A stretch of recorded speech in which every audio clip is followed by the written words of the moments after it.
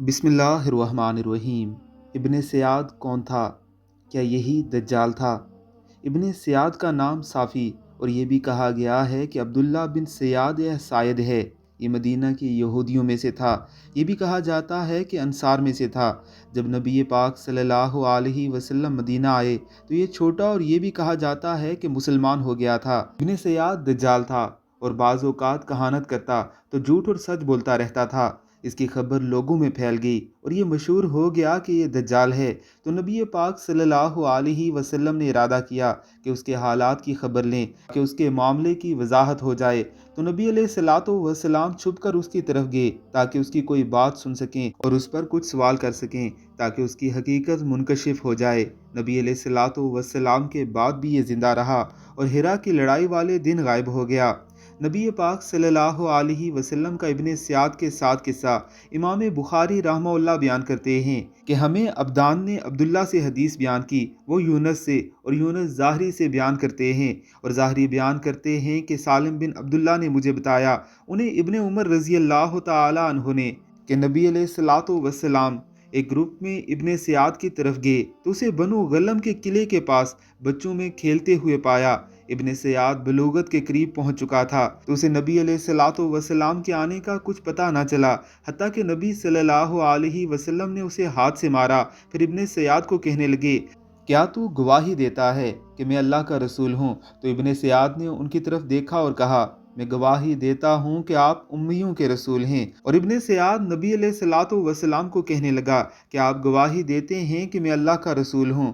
تو نبی صلی اللہ علیہ وسلم نے اسے چھوڑ دیا اور رفض کر دیا اور کہنے لگے، میں اللہ اور اس کے رسول پر ایمان لایا۔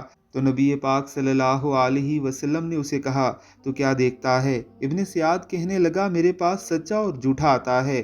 تو نبی پاک صلی اللہ علیہ وآلہ وسلم نے فرمایا، تجھ پر معاملہ الٹ پلٹ ہو گیا۔ نبی پاک صلی اللہ علیہ وآلہ وسلم نے اسے کہا، میں نے تیرے لیے ایک چھپانے والی چیز چھپائی ہے۔ ابن سیاد کہنے لگا کہ وہ داغ ہے۔ تو نبی پاک صلی اللہ علیہ وسلم نے کہا، ذلیل ہو جا، تیری قدر بڑھ نہیں سکتی۔ تو عمر رضی اللہ تعالی عنہ کہنے لگے، مجھے اجازت دیں میں اس کی گردن اتار دوں۔ تو نبی پاک صلی اللہ علیہ وسلم نے فرمایا، اگر یہ رہنے والا ہے تو اس پر مسلط نہیں ہو سکتا، اگر نہیں تو اس کے قتل میں آپ کی کوئی بھلائی نہیں۔ سالم کہتے ہیں کہ میں نے ابن عمر رضی اللہ تعالی عنہما سے سنا، وہ کہہ رہے تھے، اس کے بعد رسول اللہ صلی اللہ علیہ وسلم اور ابی بن کعب رضی اللہ تعالی عنہ کھجوروں کے باغ میں گئے جہاں ابن سیاد موجود تھا۔ نبی صلی اللہ علیہ وسلم کی یہ بہت زیادہ کوشش تھی کہ وہ ابن سیاد کے دیکھنے سے قبل ان کی چوری چھپے بات سنی جائے۔ تو نبی پاک صلی اللہ علیہ وسلم نے اسے اس حال میں دیکھا کہ وہ چادر میں لپٹا ہوا ہے اور اس کو نہ سمجھ آنے والی آواز تھی جس سے اس کے ہونٹ ہل رہے تھے۔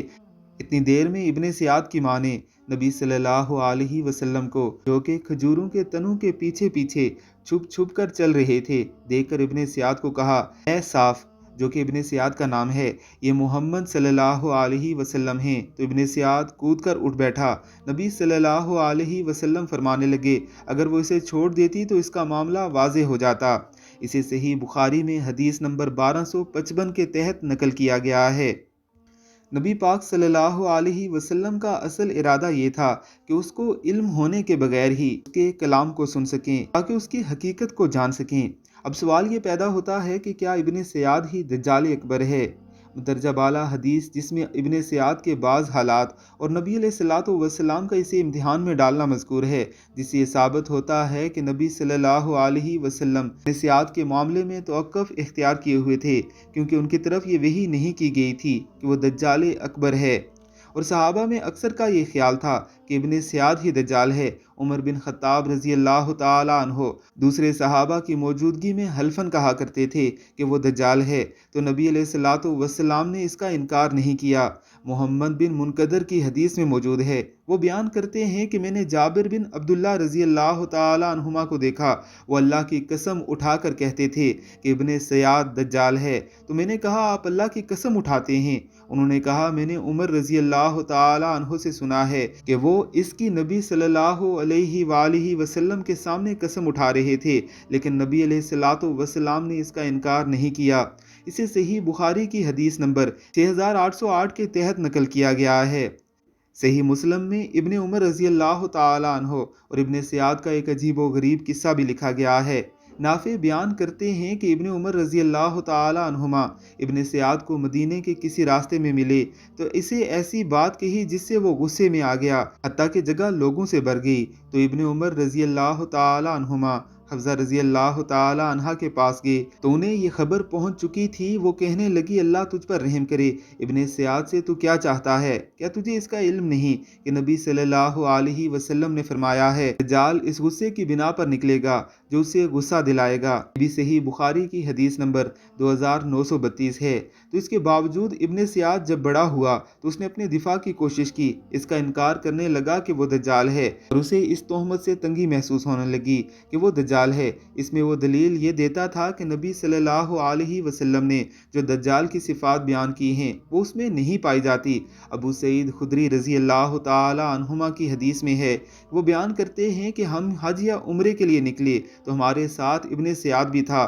تو ابو سعید رضی اللہ تعالی عنہ کہتے ہیں کہ ہم نے ایک جگہ پڑاؤ کیا تو سب لوگ بکھر گئے تو میں اور وہ باقی رہے۔ مجھے اس سے اس وجہ کی بنا پر جو کچھ اس کے متعلق کہا جاتا تھا بہت زیادہ وحشت ہونے لگی۔ ابو سعید خدری رضی اللہ تعالی عنہ کہتے ہیں کہ اس نے اپنا سامان لا کر میرے سامان کے ساتھ رکھ دیا تو میں نے کہا گرمی بہت سخت ہے تو اس درخت کے نیچے رکھ دیتا، تو اس نے ایسا ہی کیا۔ ابو سعید خدری رضی اللہ تعالی عنہ کہتے ہیں کہ ہمارے سامنے ایک بکری لائی گئی تو ایک بڑا پیالہ لایا اور کہنے لگا اے ابو سعید رضی اللہ تعالی عنہ پیو۔ میں نے کہا گرمی بہت سخت ہے اور دودھ گرم ہے، میں تو صرف اس کے ہاتھ سے لے کر پینا اور پکڑنا ناپسند کرتا تھا۔ تو وہ کہنے لگا اے ابو سعید رضی اللہ تعالی عنہ لوگ جو کچھ مجھے کہتے ہیں اس کی بنا پر میں نے یہ ارادہ کیا ہے کہ رسی لے کر درخت کے ساتھ باندھوں اور اس سے لٹک کر پھانسی لگ جاؤں۔ اے ابو سعید کون ہے جس پر محمد صلی اللہ علیہ وسلم کی حدیث پوشیدہ ہو؟ اے انصار کی جماعت تم پر تو پوشیدہ نہیں، کیا رسول اللہ صلی اللہ علیہ وآلہ وسلم کی حدیث کو زیادہ نہیں جانتے؟ کیا رسول اللہ صلی اللہ علیہ وسلم نے یہ نہیں فرمایا کہ وہ کافر ہوگا اور میں مسلمان ہوں؟ کیا رسول اللہ صلی اللہ علیہ وسلم نے یہ نہیں فرمایا تھا وہ بانجھ ہوگا اور اس کی کوئی اولاد نہیں ہوگی؟ میں تو اپنا بیٹا مدینے چھوڑ کر آ رہا ہوں۔ کیا رسول اللہ صلی اللہ علیہ وسلم نے یہ نہیں فرمایا تھا وہ مکہ اور مدینہ میں داخل نہیں ہوگا اور میں مدینے سے آ رہا ہوں اور مکے کا ارادہ ہے؟ ابو سعید خدری رضی اللہ تعالی عنہ کہتے ہیں کہ قریب ہے کہ میں اسے معذور سمجھتا، پھر وہ کہنے لگا اللہ کی قسم میں اسے جانتا ہوں، اس کی پیدائش کو بھی، اور وہ اس وقت کہاں ہے اس کا بھی مجھے علم ہے۔ ابو سعید کہتے ہیں کہ میں نے اسے کہا ساری عمر تیری تباہی ہو۔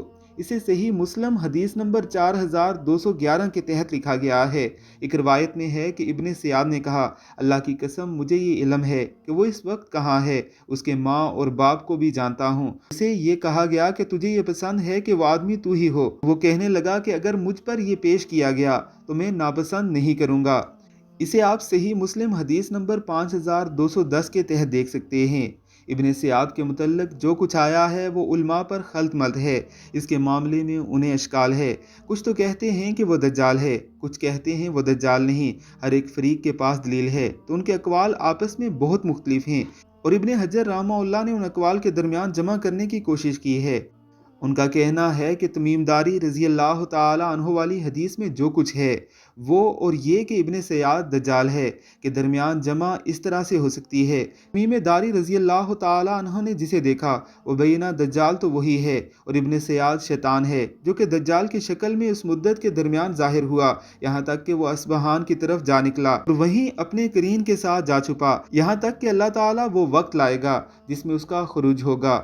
اسے آپ فتح الباری جلد نمبر 13 صفحہ نمبر 328 پر دیکھ سکتے ہیں۔ بھی کہا گیا ہے کہ ابن سیاد دجالوں میں سے ایک دجال ہے، وہ دجال اکبر نہیں، یعنی دجال کا کوئی کارندہ جو دجال کو دنیا کی خبر دے رہا ہو۔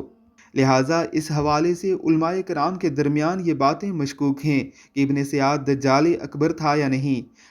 راجے رائے یہی معلوم ہوتی ہے کہ وہ دجال اکبر تو نہیں، ایک چھوٹا دجال ہے جو دجال کے کارندے کے طور پر کام کرتا رہا اور پھر اچانک سے ہی غائب ہو گیا، جس کے بعد اسے کسی نے نہیں دیکھا۔ ان تمام معاملات کو اللہ رب العزت ہی بہتر جانتے ہیں۔ اللہ رب العزت کی ذات ہمیں فتنے کے اس دور میں اپنے ایمان کی حفاظت کرنے کی توفیق عطا فرمائے۔ ہم ایسی ہی انفارمیٹیو ویڈیوز آپ کے سامنے لاتے رہیں گے۔ ہمارے چینل کو ضرور سبسکرائب کیجیے اور بیل آئیکن پر کلک کیجیے تاکہ آپ کو ہماری ویڈیوز بر وقت ملتی رہیں۔